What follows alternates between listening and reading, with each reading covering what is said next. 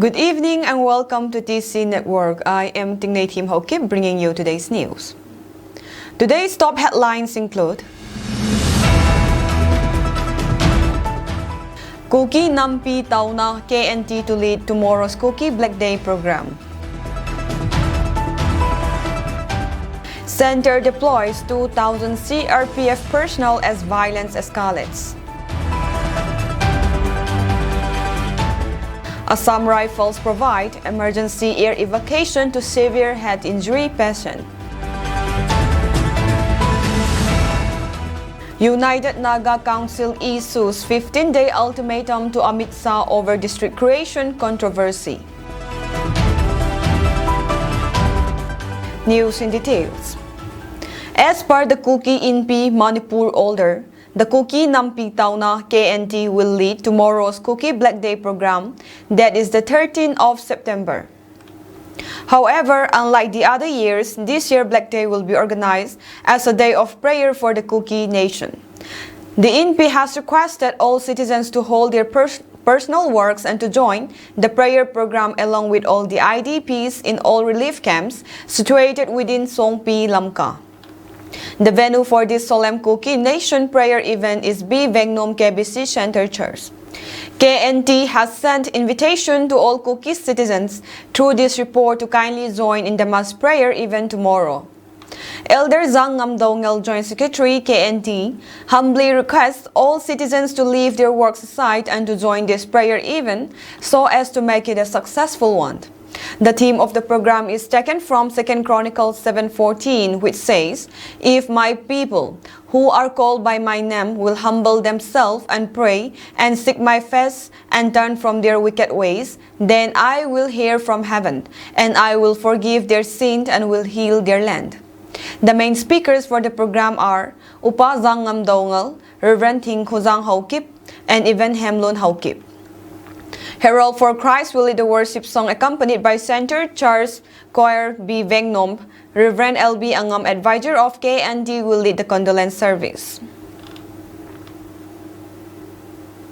The Ministry of Home Affairs has deployed 2 battalions of CRPF, around 2,000 personnel to Manipur to address the escalating violence and student protests. The CRPF personnel will be deployed in tribal-dominated areas including Churachandpur and Kangpopi districts. Manipur already has over 60,000 personnel from the Army, Assam Rifles and Central Armed Police Forces. The deployment comes amidst protests over the removal of 2 Assam Rifles battalions from Kangpopi and Churachandpur. The Manipur police has handed over the investigation into drone bombings to central agencies and appealed to students to protest peacefully. Mobile internet services have been suspended in 5 districts and educational institutions have been closed until September 12. Defying curfew, students staged protests in Imphal, leading to clashes with security forces.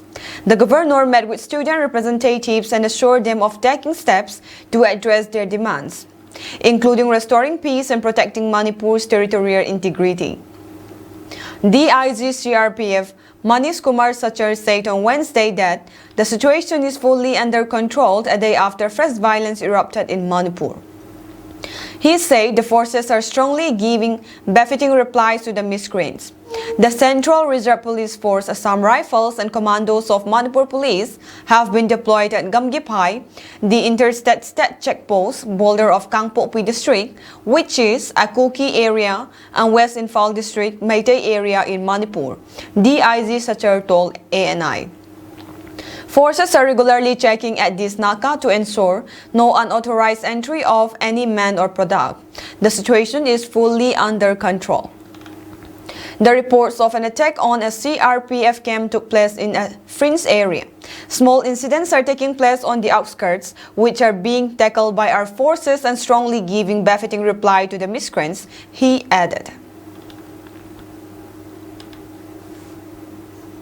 Assam Rifles Battalion at Headquarters Veng, Churachandpur, under the aegis of Headquarters Inspector General Assam Rifles South, provided emergency medical support and air evacuated an 11-year-old girl Jenny Jen Houching from Venghang, Pearsonmon Village, Churachandpur on 12 September 2024. Zeni Zenhauching had been admitted in the ICU of District Hospital Churachandpur in unconscious state following a leaked road traffic accident by a two-wheeler on 10 September 2024. She was diagnosed with severe head injury with internal bleeding and sustained fracture to left hand with multiple soft tissue injury. The patient was referred for a tertiary level care. However, the patient was not in a position to undergo long-distance travel by road. The medical team of Assam Rifles Headquarters Wing, led by Regimental Medical Officer Captain Pradeep Yadav, provided air evacuation to Guwahati, where she will undergo further treatment at GNRC Hospital under a neurosurgeon and orthopedist. The Committee on Tribal Unity Sadar Hills Kangpokpi has strongly condemned the attack on Central Reserve Police Force CRPF personnel stationed at Laimatong, Thangbu. The attack, reportedly carried out on September 8 between 5 and 6 p.m., was described by the committee as well-choreographed and strategic assault. In a statement, the committee criticized what it sees as separatist ideologies within the Meitei community, highlighting a pattern of hostility against India's armed forces. It cited the promotion of the concept of an independent kingdom referred to as Kang Leipak and the ideology of Sanamahi as signs of growing secessionist tendencies. Contrastingly, the committee praised the Kuki community's contributions to nation building, including their historical resistance against the British between 1917 to 1919 and their sacrifices alongside Netaji Subhash Chandra Bose during the freedom struggle. The Committee on Tribal Unity urged the Union Home Ministry to investigate the circumstances leading to this conflict, emphasizing the need for a separate administration for the minority Kuki community in light of national security concerns. Meanwhile, the Manipur police have filed a suo motu case against Valley-based armed miscreants who attacked the CRPF camp on September 8.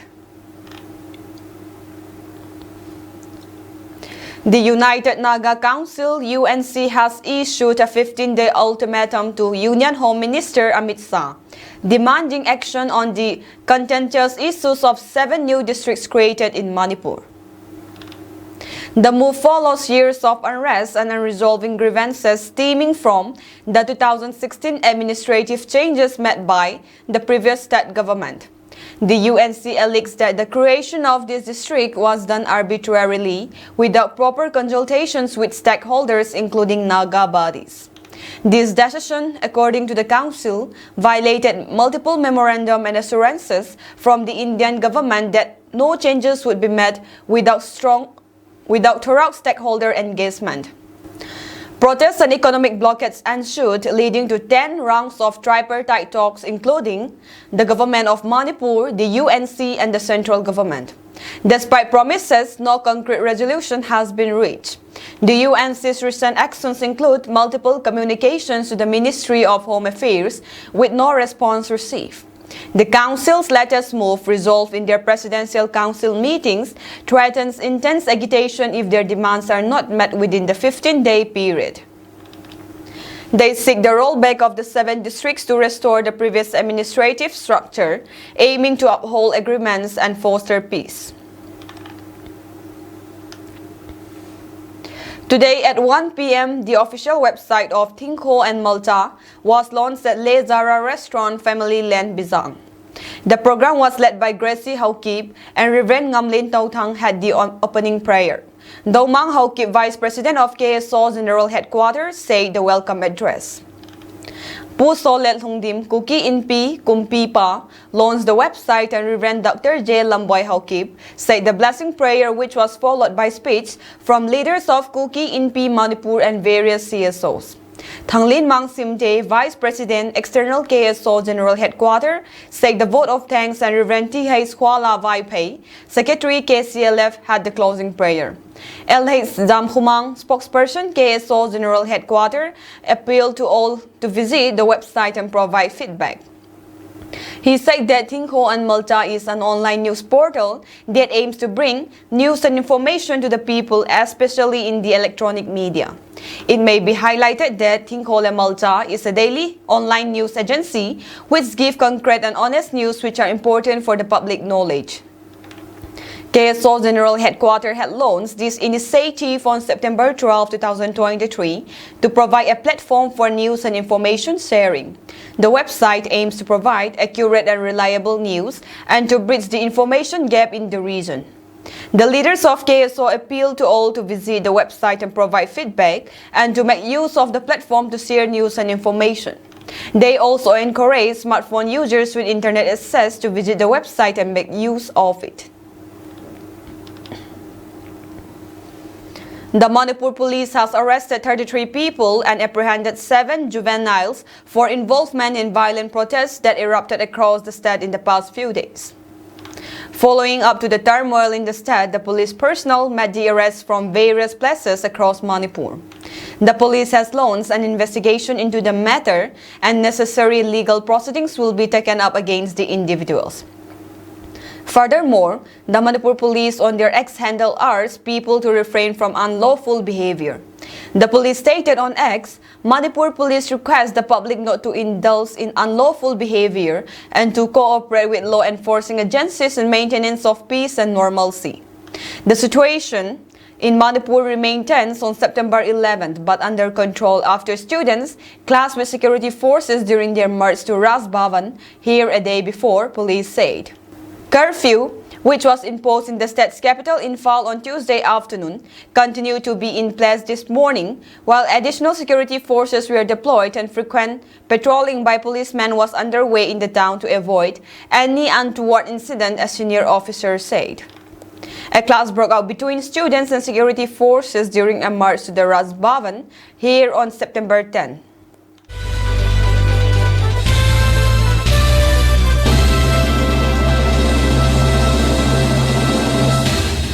As many as 7 people lost their lives while 2 were injured after an old wall of Rajgarh Fort adjacent to a house collapsed Thursday in Datia town of Madhya Pradesh due to heavy rain, said officials. The incident occurred at around 4 a.m. in the Khalkapura area where the wall fell onto a nearby house, trapping 9 individuals under the debris. 2 survivors were rescued while 7 were killed, said Datia collector Sandeep Makin. Senior officers reached the spot soon after the incident and launched the rescue operation. Meanwhile, Madhya Pradesh Chief Minister Mohan Yadav expressed his condolences and announced financial assistance of Rs 4 lakh each to the families of the victims. The news of the loss of many precious lives due to the collapse of the old wall of Rajgarh Fort in Datia is extremely painful. We all are with the bereaved families in this hour of grief. As soon as the incident was reported, the rescue operation was started immediately by the SDERF and the district administration team, but due to the narrow road, despite tireless efforts, these precious lives could not be saved, the chief minister said. Instructions have been given to provide financial assistance of Rs 4 lakh each to the families of the deceased.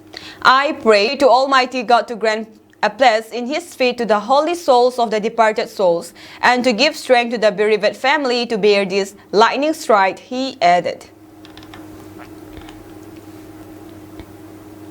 Prime Minister Narendra Modi has set an ambitious $500 billion target for the country's electronics sector. At present, the electronics manufacturing sector is estimated to be about $150 billion, growing at a rapid pace over the past decade. Look at how far we have come. Today, India's electronics sector is worth more than $150 billion, and now our target is even bigger. By the end of this decade, we want to take our electronics sector to $500 billion. This will create about 6 million or 60 lakh jobs for the youth of India, PM Modi said on Wednesday, addressing the inaugural session of 3-day Semicon India 2024 event in Greater Noida. Our goal is that 100% of electronic manufacturing should happen in India. India will make semiconductor chips and finished product too, PM Modi added. The 3-day conference will showcase India's semiconductor strategy and policy, which envisions making India a global hub for semiconductors. PM Modi explained that while industries invest and create value, the government on the other hand provides stable policies and ease of doing business. Informing that India's contribution to the world of designing is 20% and is growing continuously, PM Modi said that India is creating a semiconductor workforce of 85,000 technicians, engineers, and R&D experts. India is focused on making its students and professionals industry ready, the Prime Minister remarked, recalling the first meeting of the Anushandhan National Research Foundation, which aims to give new direction and energy to India's research ecosystem. He also mentioned a special research fund of Rs 1 trillion.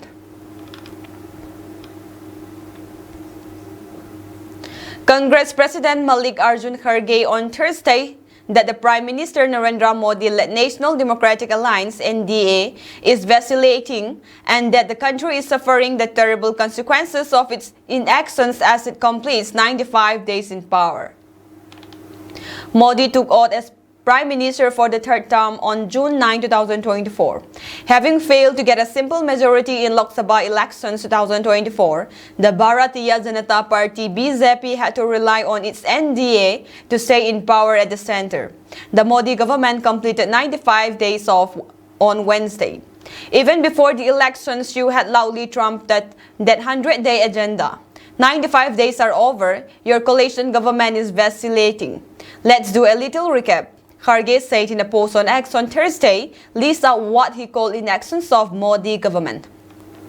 Modi had reportedly set in motion the exercise to prepare the 100-day agenda for the third government, even before starting his campaign for Lok Sabha elections 2024. He even held meetings before the results were out on June 4 on a wide range of topics, including brainstorming session to review the agenda. No one knows what your agenda for 100 days was. But in 95 days, the country is suffering the terrible consequences of your inactions, Kharge said. Eventually, the BJP ended with 240 seats while NDA got 293. The Congress-led opposition's India bloc ended up with 234 seats, including 99 seats on the Grand Old Party. On Wednesday, Kharge suggested that BJP leaders would have been in jail had the opposition India bloc won 20 more seats in the general elections, as he mounted a frontal attack on the center over various issues. They, BJP, used to say 400 par, 400 par. Where is your 400 par gone? They could get only 240 seats. Had we won 20 more seats, they would have been in jail. They deserve to be in jail, Kharge told an election rally in Anantnag, Kashmir, without naming anyone. The 7 inactions of Modi government listed by the Congress President on Thursday include anti-people's budget, terrorist attacks in Jammu and Kashmir, violence in Manipur, Modi-Adani mega scam, NEET paper leak and U-turns on lateral entry and WAF bill, among others.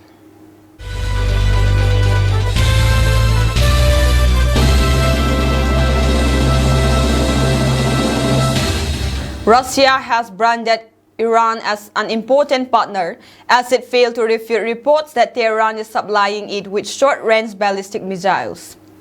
A Kremlin spokesman made the comments on Monday as the European Union said that it has credible information regarding the supply of missiles to Russia's forces waging war on Ukraine. Moscow and Tehran have drawn closer since Moscow launched its invasion in February 2022, with Iran supplying its Shahed drones.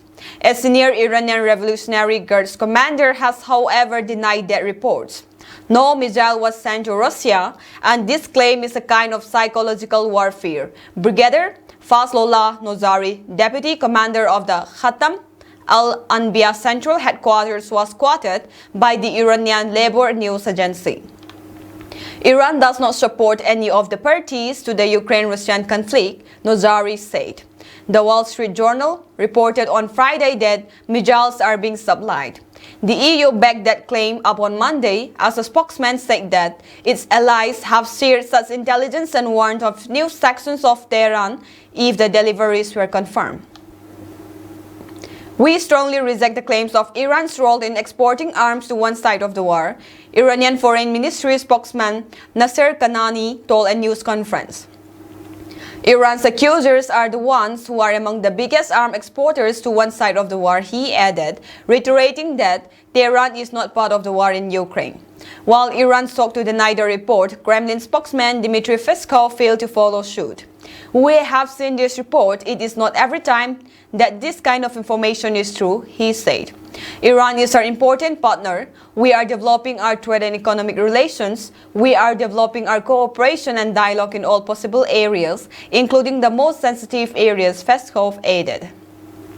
Meanwhile, White House spokesperson John Kirby said in Washington on Monday that he cannot confirm the reports that the transfer has happened. Such a scenario would have a deleterious effects on both Ukraine and the Middle East, he added. Punishing Western sanctions have pushed Moscow to turn to Iran and North Korea for weapons supplies to fight Ukraine. Last week, he warned of the threat that deepening military cooperation between Tehran and Moscow poses not only to Ukraine, but also the wider region and Europe, and called on the international community to increase pressure on the pair. That language was echoed on Monday by a NATO spokesperson who said the Western military alliance was aware of the media reports but would not be drawn on whether they were accurate. 3 farmers, including a teenager, are under arrest in South Africa after local authorities allegedly found the decomposing bodies of 2 women in a pigsty on a farm owned by one of the suspects. The bodies of Maria Magato, 47, and Lucia Nalovu, 34, were found on a farm in the South African province of Limpopo per the Associated Press and local outlets Times Live and Dispatch Live. The farm owner, Jatoria Oliver, 60, along with Adrian D. Wet, 19, and William Musora, 45, were arrested in connection with the deaths, the outlets reported. They all face 2 counts of murder, 1 count of attempted murder and 1 count of possession of an unlicensed firearm, per the Associated Press, Dispatch Live, and Times Live. Musora, a Zimbabwean, is also facing a charge related to immigration for allegedly being in the country illegally, per Times Live and the Associated Press. Local radio station Jacaranda FM alongside Times Live and the Associated Press, citing authorities, reported the deaths took place in August. While the exact deaths are unclear, Times Live reports the 2 women were reported missing on August 17, and News 24 reports they were allegedly killed on that day. But a more concrete timeline of events was not immediately clear. Per the Associated Press, prosecutors alleged the victims trespassed into Oliver's farm after a dairy company's truck offloaded possibly expired products at the location. The women were allegedly trying to collect the goods, per authorities. Magato and Lovu were allegedly shot and killed, Limpopo police said, per Times Live. A man who was with them survived the alleged attack and escaped screaming for help. Once that man notified police, they found the women's decomposing bodies in the pigsty, per the Associated Press. Both women sustained gunshot wounds, and a 47-year-old foreign national man who was with them was also shot and hospitalized. Police investigations are ongoing, Limpopo police spokesperson Brick Lunlani Mashaba said, per Times Live. The remains of the victims were allegedly fed to pigs, authorities said, per the Associated Press, Jacaranda FM, and local outlets News 24. This is one of the most disturbing and inhuman acts in our province, and we will ensure those responsible face the full might of the law, Thembi Hadebi, Provincial Police Commissioner, said, per Times Live. Remember that the victims were killed while they were looking for food, Sidi Siwe Chikunga, the Minister for Women, Youth and Persons with Disabilities, told the media, per Jacaranda FM. It wasn't immediately clear if the suspects have entered pleas. China will train thousands of foreign law enforcement officers so as to see the world order develop in a more fair, reasonable, and efficient direction, its Minister for Public Security has said. We will send police consultants to countries in need to conduct training to help them quickly and effectively improve their law enforcement capabilities, Minister Wang Xiaohong told an annual Global Security Forum. Wang Xiaohong made the announcement in the eastern city of Lianyungang on Monday in front of law enforcement representatives from 122 countries, regions, and international organizations such as Interpol. The forum is part of ongoing efforts by China's ruling Communist Party to position itself as a global security leader. In 2022, China's leader Xi Jinping launched the Global Security Initiative (GSI), which centers China as a facilitator to improve global security governance and promote durable peace.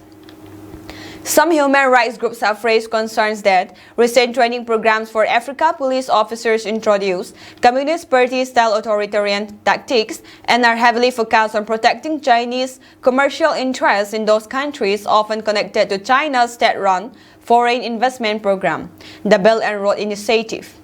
Public reports on Monday's speech did not provide details on the officers or countries to receive the training or where the training would occur.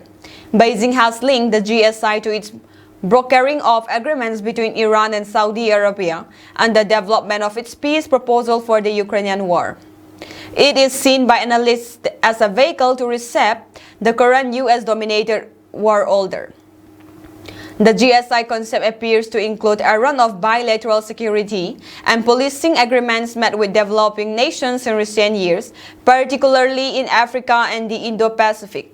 Last year, Beijing said the GSI sought to encourage greater cooperation between tertiary-level military and police academics and was willing to provide other developing countries with 5,000 training opportunities in the next 5 years to train professionals for addressing global security issues. Monday's announcement suggests that number is increasing, with Wang noting that China has already trained 2,700 foreign law enforcement officers in the past year. Last week, after a China-Africa forum, Beijing announced it will train 1,000 more police enforcement officers for the African continent and jointly ensure the safety of cooperation projects and personnel. It was not immediately clear if those 1,000 officers are included in the 3,000 cited by Wang on Monday. On Tuesday, Wang addressed the China Central Asia Summit on Public Security and met senior officials from the 5 attendant nations. He said they had agreed to strengthen ties, including efforts to deepen law enforcement and security cooperation, and to focus on the vision of universal security and enhance the ability of joint operations against terrorism and transnational crime. That is all for today's news, and have a pleasant evening ahead.